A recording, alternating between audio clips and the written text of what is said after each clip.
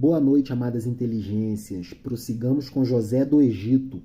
José foi muito abençoado na terra das suas aflições. Aprendamos com José do Egito. Gênesis capítulo 40. Sonhos do copeiro e do padeiro reais. Passado certo tempo, o copeiro e o padeiro do rei do Egito ofenderam seu amo. O faraó, enfurecido contra seus dois ministros, o copeiro Mor e o padeiro Mor, prendeu-os na casa do mordomo, na prisão em que estava detido José. O mordomo os confiou a José para que cuidasse deles. Passaram vários dias na prisão, e numa mesma noite os dois tiveram um sonho, cada sonho com seu próprio sentido, o copeiro e o padeiro do rei do Egito, que estavam presos no cárcere com José.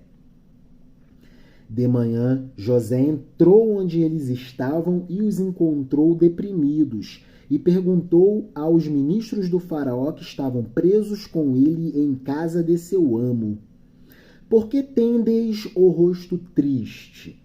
Eles responderam: tivemos um sonho e não há quem o interprete. José replicou: Deus interpreta os sonhos, contai-os a mim. Se eu obtiver graça diante de Deus, poderei interpretar os vossos sonhos. José era muito temente a Deus. Ele confiava em Deus e não na sua própria sabedoria, mesmo José sendo muito estudioso. O copeiro contou seu sonho a José. Sonhei que havia uma videira diante de mim. A videira tinha 3 ramos, produziu brotos e flores, e as uvas amadureceram em cachos. Eu tinha numa das mãos a taça do faraó. Espremi os cachos na taça e pus a taça na mão do faraó. José lhe disse: esta é a interpretação. Deus me concedeu graça. Os 3 ramos são 3 dias. Dentro de 3 dias o faraó se lembrará de ti, te restabelecerá em teu cargo e porás a taça na mão do faraó como antes, quando eras copeiro dele. Mas lembra-te de mim quando estiveres bem e faze-me este favor. Menciona meu nome ao faraó para que me tire desta prisão, pois me trouxeram sequestrado do país dos hebreus e aqui não cometi nenhum crime, nenhum mal, para que me lançassem no calabouço da prisão. O padeiro, vendo que José havia interpretado bem, contou-lhe seu sonho também. Pois eu sonhei que carregava 3 cestos de vime na cabeça. No cesto de cima havia todo tipo de doces para o faraó, mas as aves os comiam no cesto que eu carregava na cabeça. José respondeu: esta é a interpretação. Os 3 cestos são 3 dias. Dentro de 3 dias o faraó se lembrará de ti, te enforcará e as aves comerão a carne de teu corpo. No 3º dia o faraó celebrava seu aniversário e deu um banquete a todos os seus servidores. E lembrou-se do copeiro Mor e do padeiro Mor. Restabeleceu o copeiro Mor em seu cargo de copeiro para que pusesse a taça na mão do faraó, já quanto ao padeiro Mor o enforcou, conforme havia interpretado José. Mas o copeiro Mor não se lembrou de José. Pelo contrário, esqueceu-se dele, pois era vontade de Deus este esquecimento, para que em tempo oportuno José poderia visitar a corte de Faraó. Vamos ao capítulo 41, Sonhos do Faraó. Lembrando que todas as sortes de bênçãos que acometeu a vida de José aconteceram porque José era muito bem disposto para o trabalho. Ele era um jovem muito disposto para a boa obra. Para além de ser muito atencioso para com as aflições dos seus companheiros na prisão, tenhamos sensibilidade para tal. Sonhos do Faraó, capítulo 41. 2 anos depois, o Faraó teve um sonho. Estava em pé à beira do Nilo, quando viu sair do Nilo 7 vacas bonitas e bem gordas que começaram a pastar nos juncos dos carriçais, nas campinas verdejantes e melhores pastagens, banhadas pelo Nilo. E as vacas, e atrás delas, dessas vacas gordas e bem encorpadas, saíram do Nilo outras 7 vacas fracas e mal alimentadas, e se puseram junto às outras à beira do Nilo. E as vacas magras e mal alimentadas comeram as 7 vacas bonitas e gordas. E Faraó acordou. Voltou a dormir e teve um segundo sonho. 7 espigas brotavam de uma mesma haste, bonitas e granadas, e 7 espigas secas e queimadas brotavam atrás delas. As 7 espigas secas devoravam as 7 espigas granadas e cheias, e o Faraó acordou. Tinha sido um outro sonho. Na manhã seguinte, agitado, mandou chamar todos os magos, sábios e adivinhos do reino do Egito. E seus sábios, magos e adivinhos, e para os seus sábios, magos e adivinhos, contou-lhes o sonho, mas nenhum deles sabia interpretá-lo para o Faraó. Então o copeiro Mor disse ao Faraó: devo confessar ao Faraó hoje o meu pecado, o meu esquecimento. Devo confessar hoje o meu pecado ao Faraó.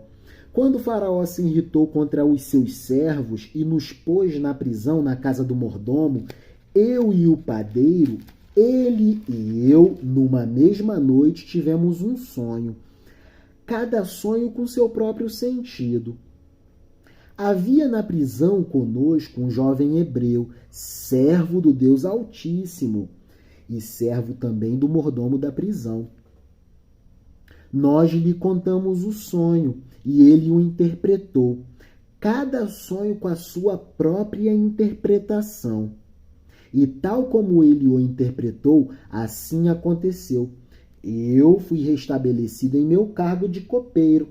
Quanto ao padeiro, quase que o Faraó falou junto com o copeiro Mor, foi enforcado. Agora eu lembrei, disse o Faraó. Podemos conjecturar este cenário. José interpreta os sonhos de Faraó. O Faraó mandou logo chamar José.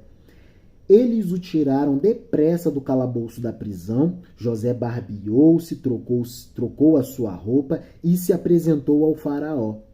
O Faraó disse a José: tive um sonho, mas ninguém soube interpretá-lo. Ouvi dizer que ouves um sonho e o interpretas. José respondeu ao Faraó: não é mérito meu, é graça divina. Sem mérito meu, Deus é que dará ao Faraó a resposta propícia para as suas revelações. O Faraó disse a José: sonhei que estava de pé à beira do Nilo quando vi sair do Nilo 7 vacas bonitas e bem gordas e começaram a pastar nos juncos dos carriçais. Atrás delas saíram outras 7 vacas, fracas e mal alimentadas, raquíticas. Quanto à fealdade, nunca vi vacas mais feias no Egito, em pele e osso. Nunca vi piores em todo o reino do Egito. As vacas magras e mal alimentadas começaram a comer as 7 vacas gordas. E quando entraram nelas, não se notava que haviam entrado, pois seu aspecto continuava tão feio quanto no princípio. E acordei. Tive outro sonho. 7 espigas cresciam numa mesma haste, bonitas e granadas, e 7 espigas cresciam atrás delas, pequenas, secas e queimadas. As 7 espigas secas devoravam as 7 espigas bonitas. Contei esses sonhos aos meus magos, sábios e adivinhos, mas nenhum deles pôde interpretar estes sonhos. José disse ao faraó: trata-se de um único sonho. Deus anuncia ao faraó o que vai acontecer. Deus me concedeu graça, então eu posso interpretar esses sonhos ao faraó, porque é para um propósito maior. Tudo acontece de acordo com os propósitos e desígnios de Deus. Trata-se de um único sonho. Deus anuncia ao faraó o que vai fazer. As 7 vacas gordas são 7 anos de abundância, e as 7 espigas bonitas são 7 anos também. É o mesmo sonho. As 7 vacas magras e desnutridas que saíam atrás das primeiras são 7 anos, e as 7 espigas vazias e queimadas são 7 anos de fome. É o que eu disse ao faraó. É o que Deus disse a mim. Deus mostrou ao faraó o que vai fazer. Virão 7 anos de grande abundância em todo o reino do Egito. Depois virão 7 anos de fome, que farão esquecer a abundância na terra do Egito, pois a fome acabará com todo o país. Não haverá rastro de abundância no país por causa da fome que se seguirá, e será muito severa, será horrível, será terrível. O fato de o faraó ter sonhado 2 vezes indica que Deus confirma esta palavra e tem pressa de executá-la. Portanto, que o faraó procure um homem sábio e prudente e o ponha à frente do Egito. Estabeleça inspetores que dividam a terra do Egito em regiões administrativas e os governadores regionais administrem durante os 7 anos de abundância e estoquem alimentos. Que reúnam todo o tipo de alimentos, trigo, cereais, durante os 7 anos bons que virão. Coloquem trigos e cereais nos celeiros por ordem do faraó e os guardem nas cidades, nas províncias. Os alimentos serão depositados para os 7 anos de fome que virão. Depois, quando o Egito estiver sendo testado pela fome que virá, e o país com reservas não sofrerá. José é nomeado vice-rei no Egito. O faraó e seus ministros aprovaram a proposta, e o faraó disse a seus ministros: encontraremos um homem como este, dotado de espírito sobre-humano? E o faraó disse a José: já que Deus te ensinou tudo isso, ninguém será tão sábio e prudente como tu para executar esta proposta de política econômica, pois foi disso que se tratou. José fez um diagnóstico econômico para como se administrar o Egito nos 7 anos de abundância e, com reservas, fazer com que o Egito sobrevivesse nos 7 anos de carestia, de pobreza extrema. E o faraó disse a José: já que Deus te ensinou tudo isso, ninguém será tão sábio e prudente como tu. Estarás à frente de minha casa e todo o povo do Egito obedecerá às tuas ordens. Só no trono eu te precederei. E acrescentou: olha, eu te ponho à frente de todo o país. E o faraó tirou da mão o anel do selo e o pôs em José. Vestiu-o com roupa de linho e lhe pôs um colar de ouro no pescoço. Ele o fez sentar-se na carruagem de seu lugar-tenente, e o povo gritava diante dele: eis o grão-vizir, eis o grão-vizir, eis o governante da economia do Egito. E assim pôs Faraó a José à frente de toda a terra do Egito. O faraó disse a José: eu sou o faraó, sem tua permissão ninguém moverá mão ou pé em todo o Egito. E chamou José de Safanete-Faneque e lhe deu por mulher Asenete, filha de Putifar, sacerdote de On, sacerdote da cidade de Heliópolis. E José saiu para percorrer toda a terra do Egito para trabalhar, porque José era um jovem disposto e muito bem disposto para o trabalho. José tinha 30 anos quando se apresentou ao faraó.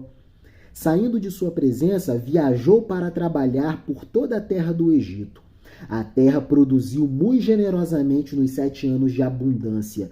Durante esse tempo, acumulou alimentos nas cidades, nas províncias regionais. Em cada uma, pôs as colheitas dos campos na região.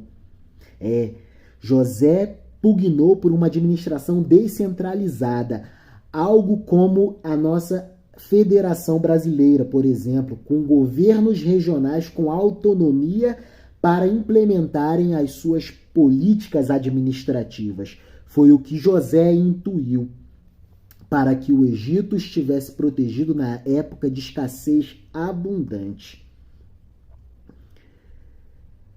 Em cada uma das cidades, pôs as colheitas dos campos da região. Reuniu o trigo em quantidade como a areia da praia, até que deixou de medi-lo, pois ultrapassava toda a medida dada a muita abundância. Antes do 1º ano de fome, nasceram para José 2 filhos de Asenete, filha de Potifar, sacerdote da cidade de Heliópolis. Ao primeiro chamou Manassés, dizendo: Deus me fez esquecer meus trabalhos e a casa paterna, a casa em que José sofreu muito, dada a inveja de seus irmãos. Chamou o segundo de Efraim, dizendo: Deus me fez crescer na terra de minha aflição. Terminaram os 7 anos de abundância no Egito e começaram os 7 anos de fome e de carestia, de extrema pobreza, conforme José havia anunciado. Houve fome em todas as regiões adjacentes à terra do Egito, e só no Egito havia pão. Amém. Que providência divina! A fome chegou a todo o Egito, e o povo reclamava pão ao faraó. E o faraó dizia aos egípcios: Ide a José, ide ao ministro da economia do Egito, ide ao governador da economia do Egito, e fazei o que ele vos disser. A carestia, a pobreza cobriu todo o país. José abriu os celeiros e vendeu trigos e cereais aos egípcios, enquanto a fome aumentava na terra do Egito e nos territórios vizinhos à terra do Egito. Todo mundo vinha ao Egito para comprar alimentos de José, pois a fome se agravava em toda a terra. José, um jovem que tinha a mente conectada com a mente do Espírito Santo de Deus, conseguiu intuir uma política econômica de providência divina para que o Egito não padecesse o mal da fome e ainda providenciasse alimentos via comércio exterior, via exportações de alimentos às cidades-estado e aos países vizinhos. É nessa providência que a família de José é salva. É o que nos dirá a leitura do capítulo 42. Os irmãos de José, primeiro encontro. Mas aí é para um próximo vídeo. Deus nos abençoe, Deus vos abençoe. José do Egito foi muito abençoado na terra das suas aflições. Que sejamos abençoados na terra das nossas aflições. Que o Espírito Santo de Deus seja consolo para os nossos corações. E que busquemos nas melhores literaturas salubridade e higiene mental para encararmos estes tempos tenebrosos em que só a cultura salva. Amém.